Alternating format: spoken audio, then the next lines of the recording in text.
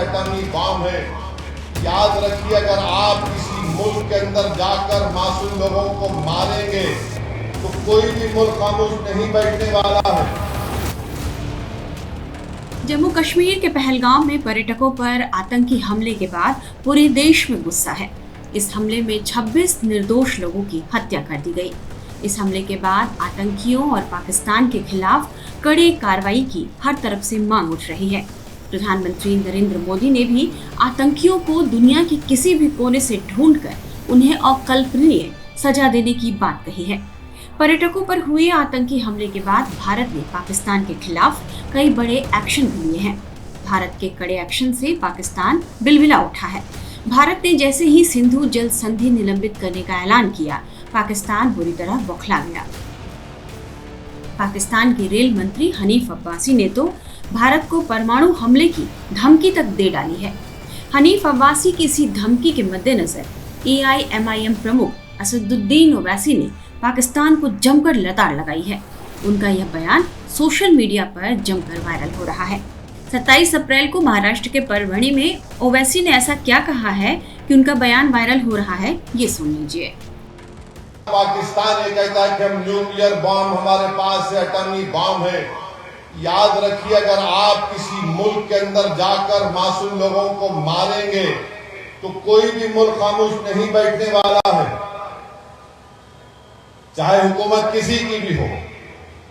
मगर इस तरह से आकर हमारी भारत की सरजमीन पर हमला करना और मजहब पूछकर किसी को गोली मारना, तुम कौन से दीन की बात कर रहे हो? तुम तो खवारिज से बदतर हो, तुम तो आईसिस के जानशीन हो जो हरकत किए हैं। तो मेरे अजीज दोस्तों और बुजुर्गों, हम हमारे मुल्क के वजीर आजम से भी कहेंगे कि जब कश्मीर हमारा अटूट हिस्सा है और रहेगा इंशाअल्लाह, तो कश्मीरी भी हमारा अटूट हिस्सा है।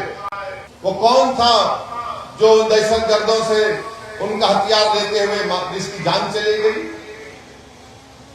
वो कौन था जो अपने कंधे पर जख्मी लोगों को बिठाकर 40 मिनट चलकर नीचे लेकर आया?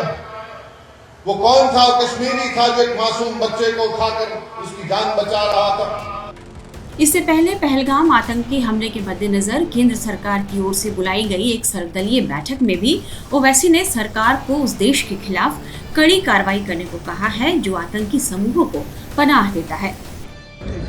मैंने ये कहा है कि यूनाइटेड नेशन सिक्योरिटी काउंसिल का रेजोल्यूशन है 1373, उसमें ये खास तौर से कहा गया है कि कोई स्टेट क्रिमिनलाइजेशन को फाइनेंस ना करे और किसी भी तरीके से टेररिज्म को सपोर्ट ना करे, सेफ हेवन ना दे।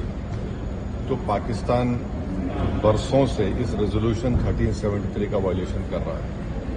दूसरा, अगर आप यूनाइटेड नेशन का आर्टिकल 51 पढ़ेंगे, ये हम किसी स्टेट को दूसरे स्टेट के खिलाफ सेल्फ डिफेंस में एक्शन लेने का इख्तियार देता है और उसमें एक वर्ड है बेलिजेंट रिप्राइजल्स, इसको हम इस्तेमाल करना चाहिए, मैंने कहा।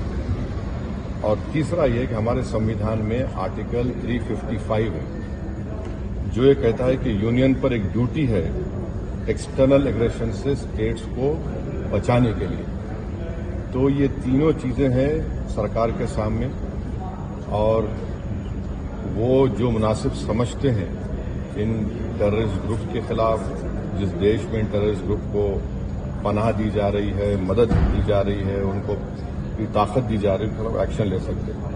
चौथी बात यह है कि इंटरनेशनल लॉ इस बात की इजाजत देता है कि हम नेवल और एयर ब्लॉकेट करें पाकिस्तान के सेल्फ डिफेंस को और सैंक्शंस लगाएं पाकिस्तान के ऊपर, खास तौर से आर्म्स सेल्स में। इसके बाद मैंने ये कहा कि वहां पर मेडोज में आखिर क्यों सीआरपीएफ नहीं थी वहां पर, क्योंकि मैंने पूछा है कि जनवरी में सीआरपीएफ के 2 यूनिट को हटा लिया गया था वहां से। उसी सिलसिले में मैंने ये भी पूछा कि क्विक रिएक्शन टीम को 1 घंटा लगा ऊपर पहुंचने के लिए, जब तक ये पूरे शयातीन, ये तमाम जालिम लोग वहां पर मजहब पूछकर गोली मारते रहे। और 2000 में वहां पर एक नुनवान कैंप है पहलगाम में, वहां पर भी 30 यात्रियों को मारा गया था और उसमें एक कमेटी बनाई गई थी लेफ्टिनेंट जनरल जेएस मुखर्जी की, उसका रिपोर्ट का क्या हुआ। तो ये सब बातें हमने कही हैं और उम्मीद करते हैं कि साथ ही साथ मैंने ये भी कहा कि कश्मीरियों के खिलाफ और कश्मीरी स्टूडेंट्स के खिलाफ जो झूठा प्रोपेगेंडा किया जा रहा है वो रुकना चाहिए और मुसलमानों का इससे कोई ताल्लुक है ना कभी रहेगा। यकीनन हम मान रहे कि इन दहशतगर्दों ने किसी का रिलीजन पूछकर उनकी जान ली, वो कंडेमनेबल है। मेरे पास तो अल्फाज भी नहीं है। वहीं आज एक संवाददाता सम्मेलन में ओवैसी ने कहा कि पाकिस्तान आखिर किससे बराबरी की बात कर रहा है, क्या उसे अंदाजा भी है कि भारत का सालाना रक्षा बजट कितने का है। ऑल पार्टी मीटिंग में जब हम गए थे, उस ऑल पार्टी मीटिंग में तमाम opposition parties, non India opposition parties ने हुकूमत को ये कहा है कि आप इंसाफ दिलाने के लिए जो इक़दाम करेंगे, जिन लोगों के अफराद ख़ानदान को इन दहशतगर्दों ने जान ली है, हम उसकी तायद करेंगे। तो अब हुकूमत जो है अपना इक़दाम करेगी। अब पाकिस्तान जो ये बातें कर रहा है, पाकिस्तान को ये नहीं मालूम, ये मालूम होगा उन लोगों को कि उनका जो सालाना बजट है वो हमारे मिनिस्टर ऑफ डिफेंस के बराबर नहीं है। आप क्या बराबरी की बात कर रहे हैं? उनका टाइम जो है आधा घंटा पीछे है, उन आधा घंटा पीछे नहीं है, उन 30 साल पीछे भारत से। तो ये उनके पास ही बहुत बड़े मसले मसाइल है। बलूचिस्तान में टीटीपी का मसला है, आप उसको देखो। आप जो दहशतगर्दों को वहाँ पर पनाह दे रहे हैं, उनकी ट्रेनिंग कर रहे हैं और उनको हमारे वतन अज़ीज़ में भिजाकर मासूम लोगों का खून बहा रहे हैं, ये सरासर गलत है, ये दहशतगर्दी है। और आप अंदाज़ा लगाइए कि 26/11 का वाक़या मुंबई में हुआ था। एक एक्यूज़ड है जिसके ऊपर अमेरिका ने भी एक सैंक्शन लगाया, उसका नाम ज़कीउर रहमान लखवी है। उन्हें जेल में रह के बच्चे पैदा करा। उन्हें कोई जेल में रह के बच्चे पैदा करता, क्या बोलो आप मेरे को? आप प्रमोट कर रहे दहशतगर्दों को वहाँ पे रह के हमारे मुल्क के खिलाफ, तो कोई मुल्क क्यों खामोश बैठेगा? और आप तो सरासर नाइंसाफ़ी कर रहे हैं। मजहब का नाम पूछकर आप गोली मार रहे हैं। इनकी आइडियोलॉजी में और आईसिस की आइडियोलॉजी में कोई फर्क नहीं है।